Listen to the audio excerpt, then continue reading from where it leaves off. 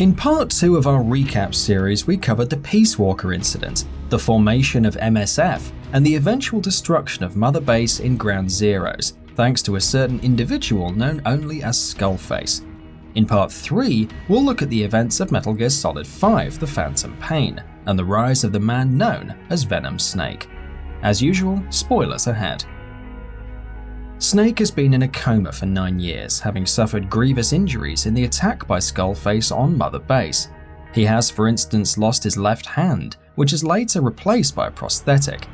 He also has a piece of shrapnel stuck in his forehead, and it's always jutting out of him like a horn, making him look rather devilish in a very literal sense. When he wakes up, the doctor informs him that he's been in a coma for 9 years, and he is put through the paces in numerous medical examinations. However, the world does not want for the man known as Big Boss to know anything that even resembles peace, and soon enough the hospital becomes under attack. The doctor tending to Snake is strangled by a woman, Quiet, an assassin sent by Cypher. But as she turns her attention to kill Snake himself, he's rescued by a heavily bandaged patient, and by heavily bandaged we mean he has bandages covering his entire face like a mummy, who goes by the name Ishmael. The two of them get into a scuffle while Snake, or Ahab as Ishmael refers to him as, watches from his bed in a delirious condition, and the scuffle ends when the woman, who's been set completely on fire, falls from the window. That's not the end of the attack though. An entire strike force sent by Cypher is infiltrating the hospital with the sole intention of eliminating Big Boss. Not to mention the fact that 2 more people with supernatural powers, namely Tretij Rebenok, who is often called the Third Boy, and has psychic powers and goes on to be known as Psycho Mantis, and the Man on Fire, a beastly gargantuan figure who is completely engulfed in flames and whose real identity remains unknown, are also in the very same hospital, looking for Big Boss in order to kill him, making it very clear that this has all the makings of a bad, bad night for Snake. Somehow though, after a number of close calls, Snake is able to escape the attack on the hospital with the help of Ishmael. The bandaged patient steals a hospital ambulance for them, and the two drive away in a hurry. However, Cypher's forces give chase, and as a result of gunfire from a pursuing chopper, Ishmael, who is behind the wheel, is knocked out, making the ambulance crash. Snake, once again having just come out of a coma after 9 years, loses consciousness. When he wakes up, he sees that Ishmael is gone, and realizes that his assailants are still looking for him. It is then that he's rescued by none other than Revolver Ocelot, who we last saw during the events of Metal Gear Solid 3. Ocelot tells Snake that he's a friend, and without wasting any time, the two of them climb on top of the man's horse and gallop away, with the Man in Fire and the Third Boy in pursuit. Ocelot is able to slip away from the two of them eventually, and when he does, he gives the newly awakened Snake the lay of the land. After the destruction of the MSF and Mother Base, Kazuhira Miller started another mercenary company known as Diamond Dogs, and it was he who hired Ocelot to rescue Snake from the hospital. He also gave him one more mission though, to rescue him too. Miller and his Diamond Dogs had been doing wet work in the Soviet war-controlled Afghanistan for some time now, looking for clues as to the whereabouts of Cypher. And in the process, Kaz has gotten himself captured by Soviet soldiers. Once Snake gets outfitted with a new prosthetic arm thanks to Ocelot, the two of them make for Afghanistan. Snake sneaks into a Soviet camp in the war-torn region and manages to rescue Miller, who's been put through extreme torture. He's literally lost an arm and a leg, and if Snake had been just a few hours later, Kaz probably wouldn't have survived. When Miller takes Snake back to the Diamond Dogs' very own Mother Base 2.0 if you will, the two of them decide to exact revenge against Cypher for the destruction of MSF. However, Snake makes it clear that this isn't just about the past and about revenge, they are also fighting to build a future. Snake accepts the role of the leader of Diamond Dogs and adopts the codename Venom Snake, as an indication for the lust for revenge that fuels not just his purpose, but that of the Diamond Dogs as well. Venom Snake's search for clues and information about Cypher sees him doing mercenary work and undertaking a number of missions and operations across Afghanistan and the Angola-Zaire border in Africa. During the course of these missions, He battles against Soviet forces and plays a part in the civil war in the African region, where XOF soldiers also have a strong presence. He even has run-ins with Skullface's group of ghostly, supernaturally enhanced soldiers known as the Skull Unit. He also squares off once more against the tag team of the Third Child and the Man on Fire. While he's investigating a warehouse of sorts where it's believed that Skullface is conducting questionable experiments, and yes, once again they involve gruesome forms of torture, Snake is caught by Skullface, who, after a confrontation with him, escapes the area, ordering the Third Boy and the Man on Fire to finish off Snake. After an epic battle, Snake is able to subdue Fiery Beast for long enough to escape the area. Alternatively, Snake can call in a helicopter to escape or falter the Man on Fire. Soon, Venom Snake acquires a number of allies in addition to Kaz and Ocelot. The first of them, and probably the most interesting and surprising, is Quiet. Who is Quiet? She is the female Cypher assassin who was sent to kill Big Boss in the hospital during the attack. She somehow survived the flames that had engulfed her when she fled, and through several mysterious circumstances, she has now lost the ability to speak completely, as well as gained a number of other supernatural abilities, such as cloaking herself, essentially making her invisible. Snake crosses paths with her early on during his initial missions in Afghanistan, and the two become locked in a thrilling long-range sniper rifle battle. Snake ultimately manages to beat her, and depending on the player's choice, brings her back to Mother Base. Kaz, of course, suspects her, and doesn't trust her one bit, but Ocelot and Snake together decide to let her accompany Snake on missions out in the field, which is apparently what she wants to do as well. The second ally they recruit is Hughie Emmerich. Yes, he survived the attack on Mother Base, and considering that and the fact that the supposed UN inspection 9 years ago wouldn't have happened if Hughie hadn't gone behind Snake and Kaz's back and agreed to letting it happen, Kaz, Ocelot and Snake all feel that Hughie was in cahoots with Cypher all along. Hughie has been working for Skullface, working on a new bipedal nuclear tank in vein of Peace Walker, this time known as Metal Gear Sahelanthropus, and as such is always under heavy guard. Snake manages to sneak into the base where he's being held and get him out of there, in the process narrowly escaping an attack by the aforementioned Metal Gear. When they get back to Mother Base, Hughie is interrogated, which as you know is just another word for tortured in the world of Metal Gear Solid, by Ocelot and Kaz, but Hughie's stance remains the same. He did not know that the nuclear inspection 9 years ago was supposed to be a ruse, and maintains that he was innocent in the attack. He says that he agreed to work for Skullface and Cypher on the Metal Gear project because they promised protection for him, and because it was also a chance for him to work with Dr. Strangelove again, who had also been taken captive by Cypher. It is also revealed that the two fell in love and had a child named Hal Emmerich together, who in his future years is more commonly known as Otacon, but their fate is not revealed until later in the game. Hughie also tells them that Skullface is working on another unknown project, something that's supposed to be even more dangerous than Metal Gear. What that is though, they do not know yet. Snake also manages to acquire another ally, an uneasy ally, but an ally nonetheless. He's an extremely skilled child soldier named Eli. Who is Eli? He is the product of a Cypher project known as Les Enfants Terribles, one of at least 2 living clones of Big Boss himself, and goes on to be known as Liquid Snake in the future. He was being transported from his home in Britain when he managed to escape and wound up leading a faction of child soldiers in Africa. Snake extracts him from the field and confines him to Mother Base with the intention of giving him a proper education and a proper life. Eli, however, has always been brought up with one belief, fed into him, that he is the inferior son, that he has the lesser genes as compared to his twin brother, David, aka Solid Snake. In reality though, the opposite is true, and this is done to bring out the best in Eli. This however leads him to developing a deep resentment and hatred for Big Boss, not to mention Solid Snake as well. But that part isn't really relevant right now, so let's talk about it later. It soon comes to light that the Cypher that Diamond Dogs is after is not what they had imagined it was.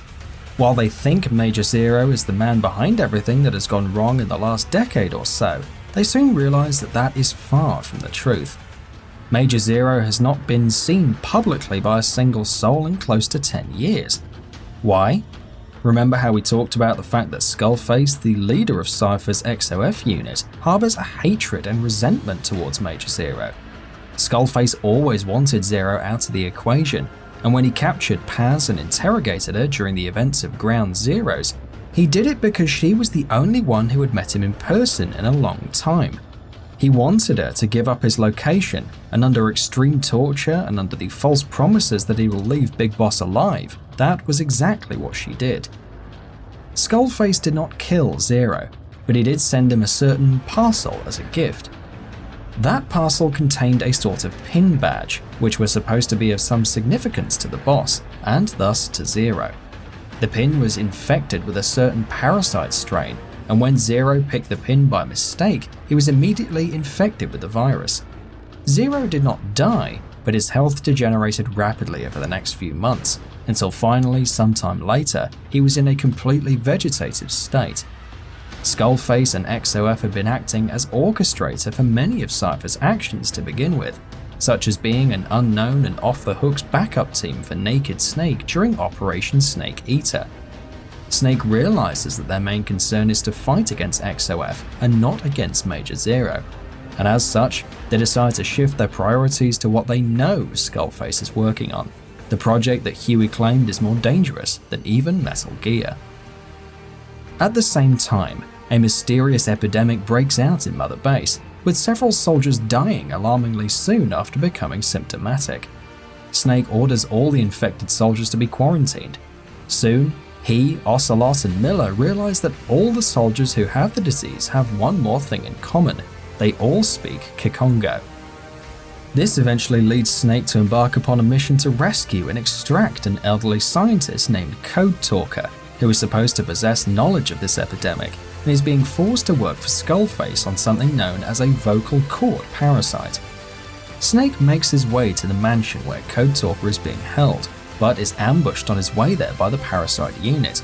Only this time, they consist of a number of female snipers who have similar abilities as Quiet. Snake manages to fight them off and eventually sneaks into the mansion. As they're on their way back to Mother Base, they're once again attacked by the male parasite unit. After a harrowing fight, Snake finally succeeds in defeating them, and he and Code Talker safely get back to Mother Base. Soon, the full extent of Skullface's plans is revealed by Code Talker. The vocal cord parasite that Code Talker helped develop is an extremely deadly genetically engineered virus that targets people based specifically upon the basis of the language they speak. It was a test version of this very parasite that targeted and killed members on Mother Base.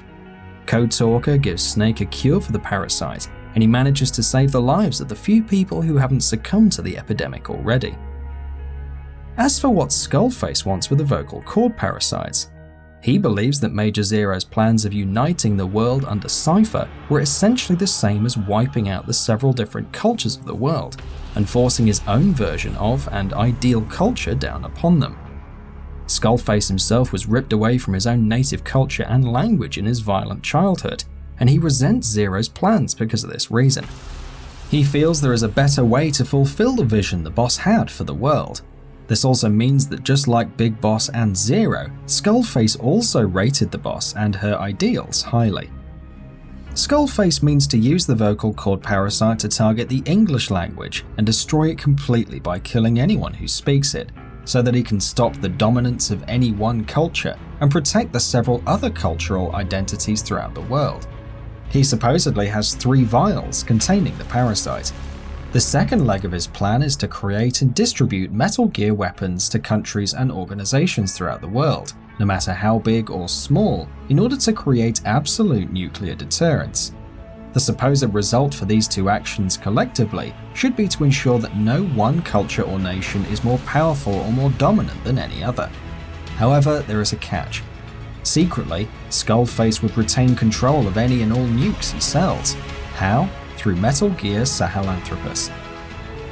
Ocelot, Snake, and Miller question Hughie about the nukes, who eventually tells them that Skullface plans to activate Metal Gear Sahelanthropus. Determined to stop him before that happens, Snake travels to the base camp where Sahelanthropus is housed.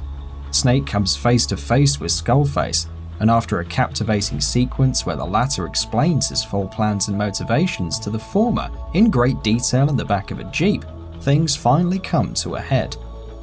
While Snake and Skullface are in the middle of this discussion, Kaz arrives a short distance away in a chopper, ready to provide support if need be, with Eli and Hughie also on board. As it turns out, Skullface has brought backup as well. No points for guessing, the third boy and the man on fire. Skullface, it is revealed, uses the third boy's telekinetic powers to control Sahelanthropus, since he was unwilling to insert an AI pod into the machine, eager to avoid making the same mistakes Hot Coldman did with Peace Walker. The man on fire, on the other hand, functions only on his lust for revenge, more specifically, revenge against Snake. What his problem with Snake is and why he wants revenge against him is a mystery, which we will talk about later. But what we know for sure is that he has only been able to survive death because of his deep hatred for and desire to get revenge against Big Boss. The third boy, who is attracted and fueled by this rage and thirst for revenge, is the one who keeps the man on fire alive, if he can even be called alive. However, the third boy senses a deeper anger and thirst for revenge in the vicinity. Eli, who is in the chopper nearby, harbors a deep hatred for Big Boss. This hatred causes the third boy to donate his powers to the child soldier, who indirectly gains control of Sahelanthropus, while the psychic man makes the man on fire apparently commit suicide. XOF forces and Skullface retreat in a haste as they realize they no longer have control over Sahelanthropus. In an intense battle, Sahelanthropus decimates every member of XOF present in the vicinity, with Skullface, who is in possession of the vocal cord parasite capsules, being the only remaining survivor. Sahelanthropus crushes Skullface too. The machine then bears down on Snake, and after a harrowing fight, he is finally able to cripple Sahelanthropus. Snake, Miller, and Hughie recover the parasite capsules, but are able to find only 2, with the other one being missing. Snake throws the 2 capsules into the fire, believing he's destroyed them. One of them is indeed destroyed, but unbeknownst to him and anyone else, the third boy salvages one of them and keeps it with himself. The third one, however, is missing. We are cryptically told it is very close to Snake, something that Snake does not fully understand yet, but will come to soon in the future via Quiet. Snake, Miller, and Hughie find Skullface, who is crushed and crippled and about to die. Miller and Snake blow off one of his arms and one of his legs, replicating the injuries he indirectly caused to Miller while he was in captivity, and leave him to die, refusing to grant him the mercy of a quick death. However, in a bid to restore trust and faith in himself, Hughie shoots Skullface in the head, killing him on the spot, before claiming that the Diamond Dogs finally had their revenge. They all return to Mother Base soon, with the mangled remains of Sahelanthropus in tow, showcasing their hard-earned victory against XOF to all soldiers of the Diamond Dogs, and finally getting their revenge on Skullface. Here she comes! Here she comes!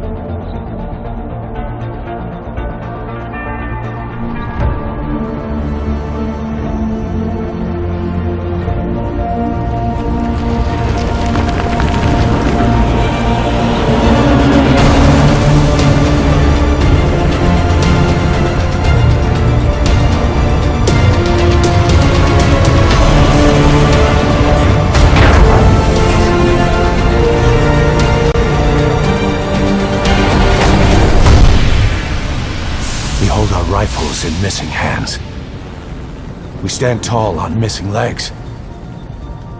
We stride forward on the bones of our fallen. Then, and only then, are we alive. This pain is ours, and no one else's. The secret weapon we wield, out of sight.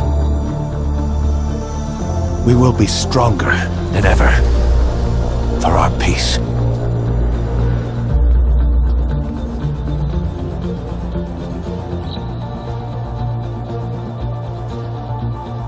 Sahelanthropus will unleash that thirst unto the future.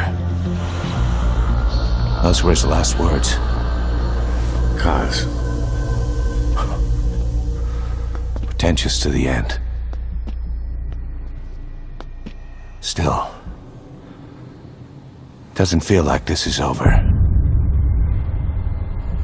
And I'll never be whole again.